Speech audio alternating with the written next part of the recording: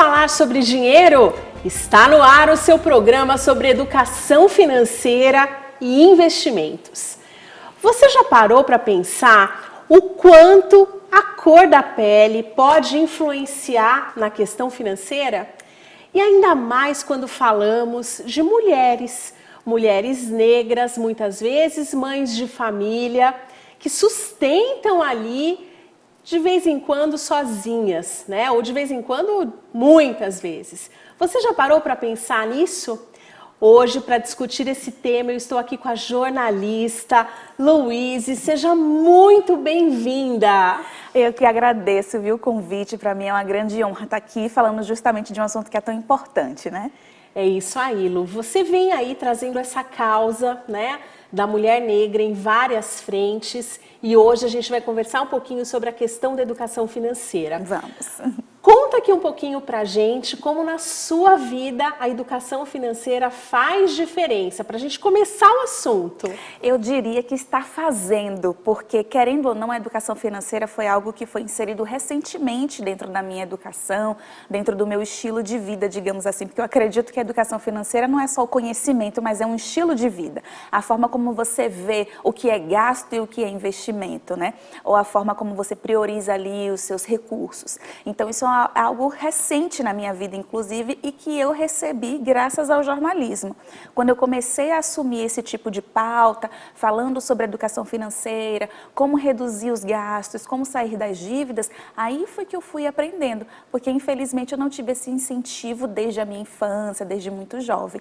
Então eu confesso aqui para você, não fica mal comigo, que é algo novo, mas que tem sido muito importante e que sim tem feito a diferença, de verdade. Lu, e ter acesso à informação de qualidade, originada de fontes respeitadas e seguras faz toda a diferença, não? Sim, com certeza. Eu que trabalho do lado de cá, né, fazendo essas matérias, trabalhando ali na produção desse tipo de conteúdo, a gente sabe a importância de termos uma entrevistada, porque, gente, para lá que eu olho, Lu, pra lá. Ó, ela é minha entrevistada. E hoje a gente trocou aqui. Sim, muitas vezes nós estivemos juntas fazendo aí programas lá na Novo Tempo. Convido a todos também a conhecerem lá o trabalho da Lu, né? Conta aqui os programas que você tá hoje lá, Lu. Eu trabalho no Revista Novo Tempo, que é um jornal super legal de boas notícias, e a educação financeira entra como uma das principais pautas, porque é uma ótima notícia a gente dormir tranquilo, sabendo que as contas estão em dias, que a gente está com saúde financeira. Então é um assunto que a gente aborda e que você é minha entrevistada, minha fonte oficial e segura. De vez em quando eu passo por lá na Revista Novo Tempo e hoje a gente trocou, né? E isso que você trouxe aqui é importante, né? Isso da gente ter ali a introdução a qualquer momento da vida. Às vezes não é correto achar, como eu não tive até então, eu não vou ter daqui para frente. Não. E quando a gente fala de mulheres, a gente olha ali estatísticas do IBGE, a mulher, especificamente negra, ela ganha em média 80% do que um homem branco ganha. Sim. Só que as posições mais nobres, posições de diretores, gerentes, as posições que pagam mais, elas acabam não tendo ali uma representatividade grande. Então, quando a gente fala 80%, a gente está falando ali de cargos de base, né? E a média salarial que acaba sendo muito baixa. Por outro lado, a gente acaba se dedicando, né, enquanto mulheres, 24 horas a mais por semana às tarefas do lar. Então, assim, a gente acaba tendo, além da ocupação principal, uma ocupação extra. Sim. Os homens se dedicam 11 horas a mais, né? As mulheres 24. É muito mais tempo. E aí, Lu, falar desse tema de dinheiro, como você acredita que isso impacte a vida das mulheres? Ah, completamente, né? Você fez uma introdução aí falando sobre essa questão da mulher negra, ter essa diferença salarial, tanto pela questão do gênero como pela questão racial também, que acaba potencializando essa diferença. E a mulher sendo ali a rimo da família, né? A principal mantenedora de uma família. Então, de fato, quando ela tem acesso a esse conhecimento acerca da educação financeira, ela pode transformar realidades, ela pode transformar a realidade dela e das pessoas que estão debaixo ali da alçada dela também. Então, a mulher, por exemplo, que tem uma perspectiva diferente sobre como ela vai gerenciar os recursos, ela pode investir melhor na educação educação dos filhos, ela pode fazer com que ela consiga administrar melhor a questão da alimentação. A gente vê, por exemplo, agora nesse período de pandemia, que era muita gente sofrendo com a questão da alimentação, muita gente tendo uma má alimentação e isso causando outros danos à saúde. Quando você tem uma perspectiva diferente sobre a educação financeira, na verdade, quando você tem a educação financeira, você consegue gerenciar o seu recurso que vai interferir na alimentação, que vai interferir na sua saúde. Então, vai, né, interferir no aprendizado, no trabalho, em tudo. Em tudo. Então, você vê que a educação financeira é algo tão importante que vai refletir no seu bem-estar enquanto ser humano. Não só a questão financeira, mas na sua saúde. Isso reflete em tudo, no tipo de relacionamento que você tem, na perspectiva de vida que você vai oferecer, no caso dessas mulheres, aos seus filhos e até para ela mesma. Poxa, eu preciso ter educação financeira, então como que eu vou priorizar? O que é que eu vou priorizar? O que é que vai ser importante? E aí a gente vai avaliando realmente essa questão das prioridades e isso é um mecanismo que transforma realidades, né? Sim, e a pandemia trouxe uma realidade dura, porque a renda média do brasileiro como um todo diminuiu e a gente está vivendo um momento que a inflação ultrapassou a casa dos 10%. Sim. E para alguns produtos específicos, né, gente, quem é que não está sentindo aí no bolso o peso do aumento da gasolina? Ah, não adianta, eu não tenho carro. Vai sentir do mesmo jeito. Sim, no porque transporte público. Transporte público, o frete para os alimentos e para as mercadorias em geral, isso traz ali um aumento de preços. Sim. E aí, então, é mais importante que esse assunto esteja na mesa, pronto para ser discutido. Sim, com certeza. E hoje eu até vejo um incentivo por meio das escolas, porque na minha época, por exemplo, a educação financeira não era disciplina dentro das escolas. Hoje a gente já vê escolas investindo nisso também, e isso vai refletir na saúde daquela pessoa quando ela estiver na fase adulta. Então, quanto mais a gente dá, quanto mais a gente democratiza esse assunto da educação financeira, mais qualidade de vida a gente proporciona às pessoas, né? E aí não tínhamos nem na educação básica e nem, por exemplo, numa graduação, né, num curso de jornalismo. Você teve alguma noção de finanças e investimentos? Não, infelizmente nenhuma.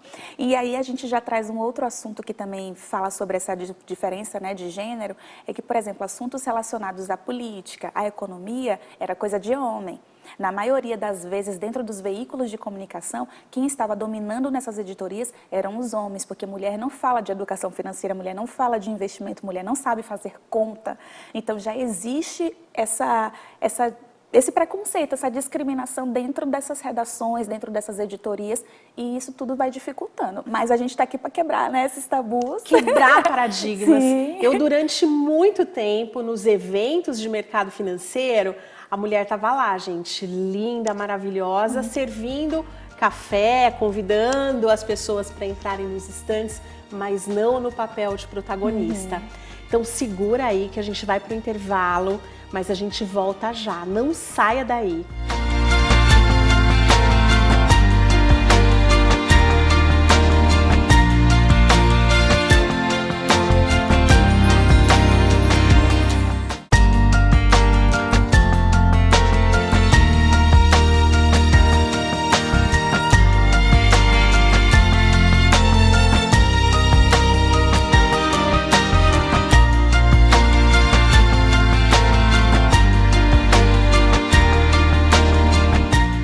Estamos de volta com o seu programa para falarmos de dinheiro, de educação financeira e de investimentos.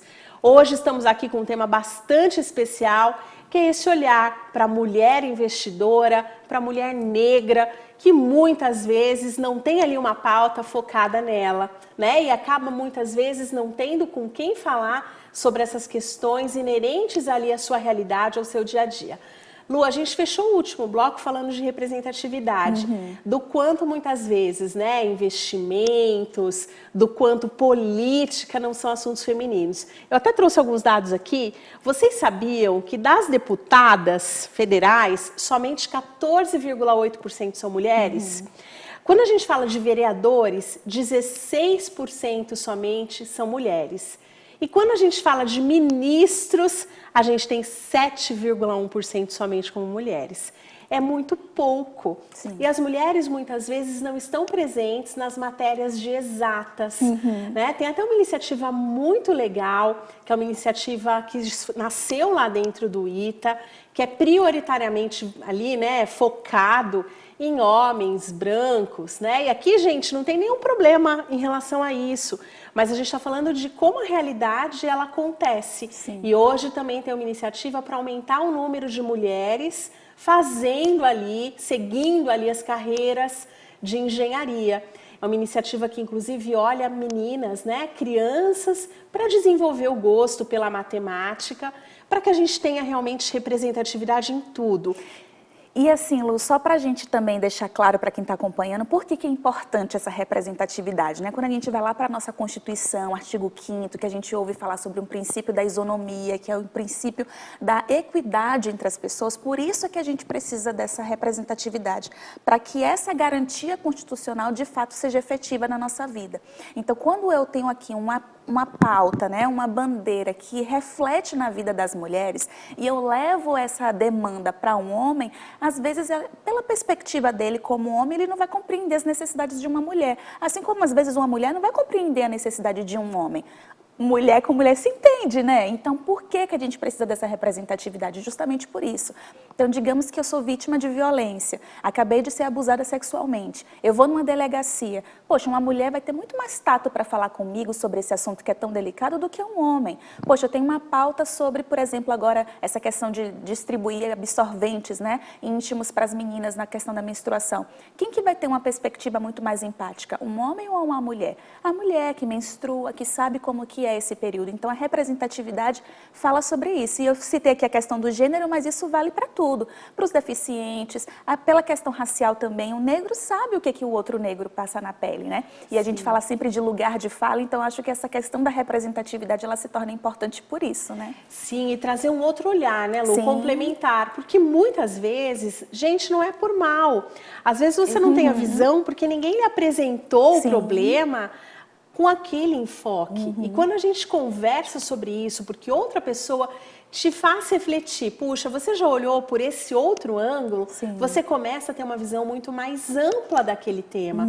E aí, quando a gente fala, por exemplo, né, da questão dos absorventes femininos, que foi tão falado agora, quando eu era criança, esse não era um assunto que a gente falava. Sim, a gente não falava nem alto, eu não falava nem sobre isso com o meu pai em casa, né? E isso acaba trazendo, né, os temas que são tabus, assim como o dinheiro. O dinheiro também é um tabu. E aí, quando a criança, né, a menina, ela tem problemas com a sua higiene íntima, que suja a roupa, que mancha tudo, e essa é a realidade, às vezes ela deixa de ir à escola, ela deixa de frequentar aulas importantes, isso vai influenciar e vai impactar no desempenho escolar, que vai impactar também na vida futura. Sim. Não é mimimi, né? Não é uma frescura, é realmente ter um olhar da pessoa que está passando por aquela dificuldade. E hoje a gente está falando que as pessoas, às vezes, não têm dinheiro para comprar comida. O custo da proteína está elevadíssimo. Né? O custo de uma alimentação saudável, eu fiquei chocada esses dias, Lu, porque eu vi que assim, comprar legumes congelados, cortadinhos, gente, bonitinhos, num saquinho, adoro, é super prático, eu tenho uma vida corrida, é mais barato do que comprar o fresco para você cortar, né? Então, a gente está falando que comida está muito inacessível. Como que você vê isso, tudo interligado com a questão de dinheiro? Olha, para mim, você tocou num assunto aí que tem mexido realmente muito comigo, né? Essa questão do absorvente, por exemplo, eu fiz uma reportagem sobre isso recentemente e a entrevistada falou justamente isso. Minha mãe tinha que escolher entre comprar o absorvente e comprar o pão para a gente comer, eu e as minhas irmãs. Era uma família com 6 meninas. Então, 6 meninas que sincronizam a menstruação e que todas têm que usar todas no mesmo período. Então, é uma questão de você ter que escolher, ou você enche a barriga ou você compra o absorvente. A questão da alimentação mesmo, eu não sei se você viu uma imagem que foi lá em Fortaleza, de pessoas dentro do carro do lixo, pegando as sobras dos supermercados para poder levar para casa. Então, quando a gente fala de algo que é tão essencial como a questão da alimentação, que as pessoas não têm condição de comprar para poder encher a barriga, e a fome dói para quem sente fome mesmo. E não só dói o estômago, mas dói, deve doer. Eu não tenho filho, mas eu imagino que a dor de uma mãe, do filho dizendo, mãe, eu estou com fome. O que é que tem para comer? Não? É multiplicada. Então, quando você vê essa realidade, Com certeza você faz o link. Poxa, se aquela família tivesse educação financeira, se aquela família tivesse assim uma previsão do cenário daqui a alguns meses, porque você que é economista, com certeza você consegue fazer as previsões daqui para os 6 meses, o próximo ano, e aí você já consegue se preparar para essa situação. Quantos investidores aí que têm acesso a esse tipo de informação já têm a noção do aumento do dólar? Vamos mudar aqui esse tipo de investimento, não vamos investir aqui frito cozido, né? E por que esse tipo de informação? Gostei do frito cozido. Falando de comida, né? E por que não as pessoas também de baixa renda, pessoas que estão em situação social muito mais vulnerável, ter esse tipo de conhecimento também? Poxa, a gente está vendo aí a alta da inflação, está aumentando o combustível, a gente está vivendo um momento de crise política, crise sanitária, humanitária no nosso país. Vamos nos preparar aqui. E às vezes o pobre, o trabalhador, não tem acesso a esse tipo de conhecimento e é pego de surpresa. Quantos e quantos pais de família, mães de família perderam seus postos de trabalho, viraram motoristas de aplicativo? Agora, com a alta do combustível, o que eles vão fazer?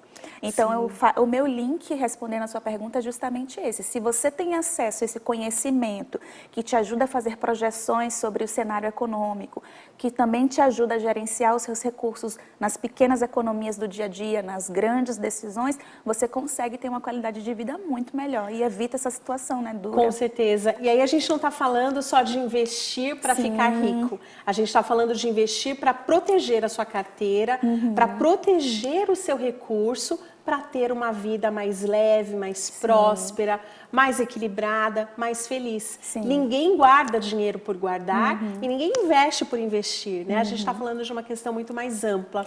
E eu estava olhando os dados da CNC, então mais de 74% da nossa população está endividada. A gente está no maior patamar, é muita gente endividada. E aí a gente se pergunta, por que tem tanta gente endividada?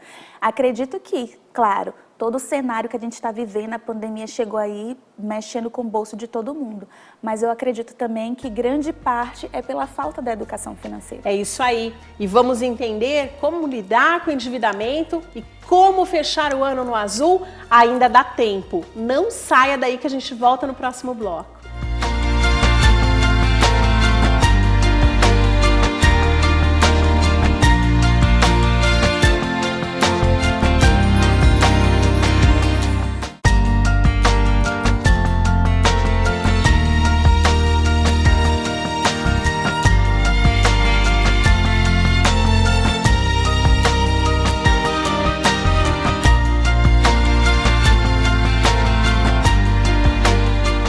Estamos de volta com o seu programa falando sobre investimentos e educação financeira. Se você ainda não nos segue lá nas redes sociais, eu te convido a entrar no nosso Instagram, @LucianeQuedo, e lá no YouTube, Luciane Quedo, vamos falar sobre dinheiro. Lá você encontrará todos os nossos programas. Desde o comecinho a gente está indo aí para 1 ano de programa, então vale a pena dar uma passada por lá. Eu estou aqui hoje com a Luíse, que tem se dedicado à questão do jornalismo, focado aqui também em finanças e investimentos. E Lu, a gente falava sobre a questão do endividamento, né? Você trouxe aqui um dado importante. A última pesquisa do CNC, 74% das famílias estão endividadas.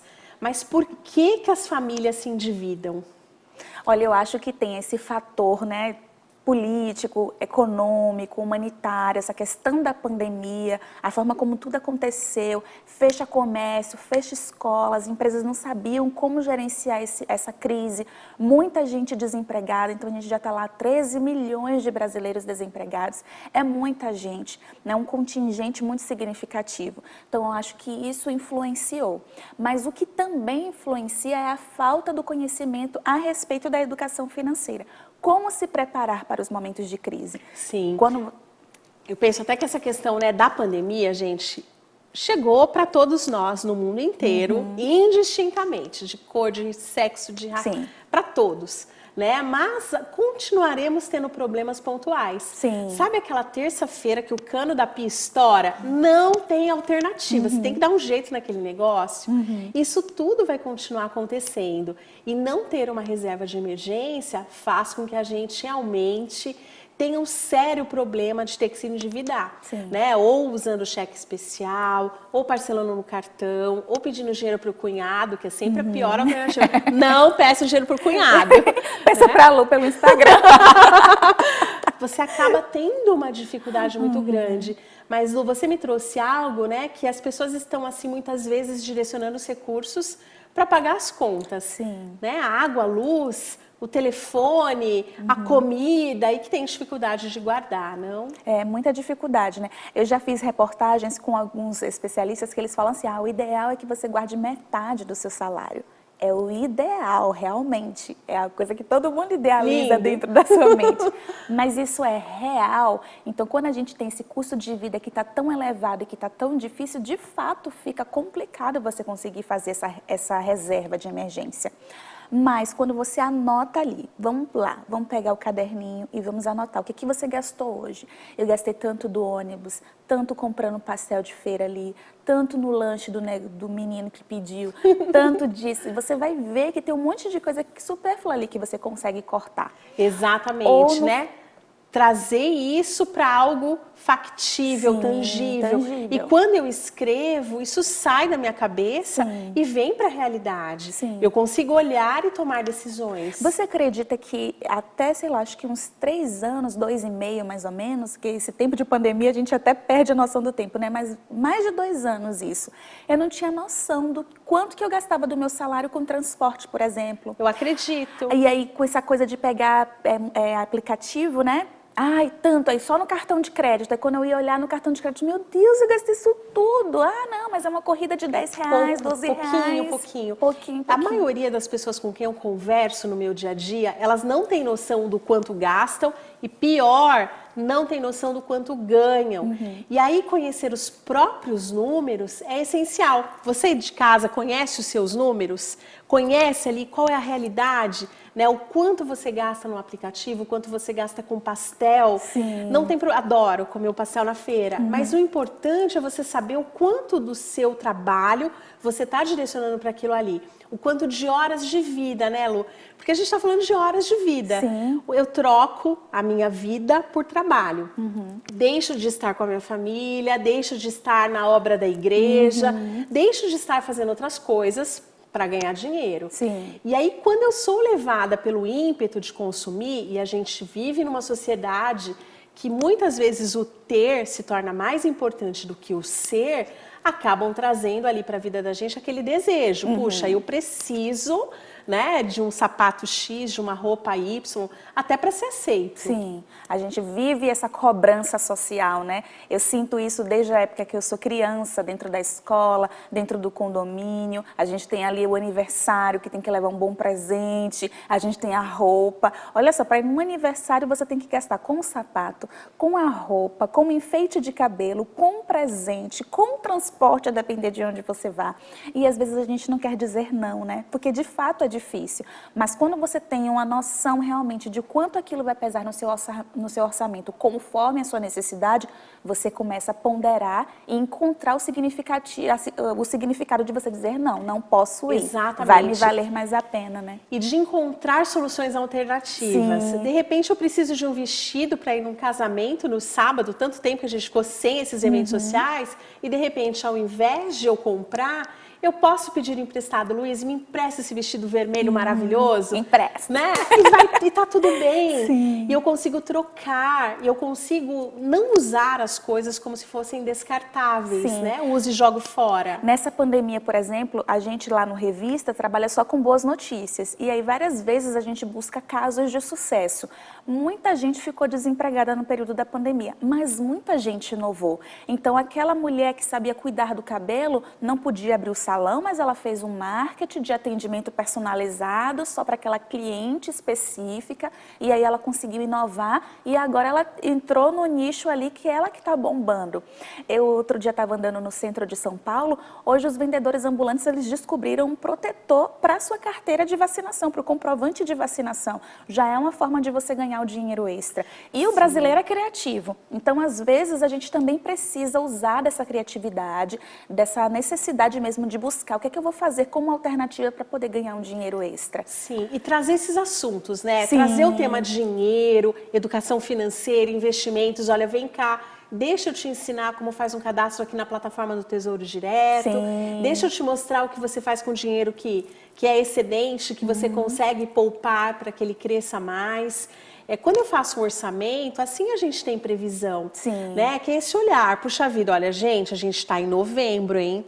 Novembro, não adianta me dizer que em janeiro e fevereiro tive uma surpresa que recebi o carnê do IPTU ou do IPVA, matrícula, que a criança cresceu e teve que comprar outro uniforme. A gente já sabe disso, né? E quando eu consigo saber, puxa, então eu vou pegar o meu 13º e vou deixar para usar para essa finalidade, eu consigo ir além, não? Sim, e olha, descobrindo, assim, fazendo matéria sobre isso, a gente descobre, né, eu falei no início do programa, que a educação financeira reflete na sua saúde, porque quando você tem educação financeira, no momento em que sua saúde é afetada, você tem recursos para investir na sua saúde ou até para evitar alguns problemas de saúde.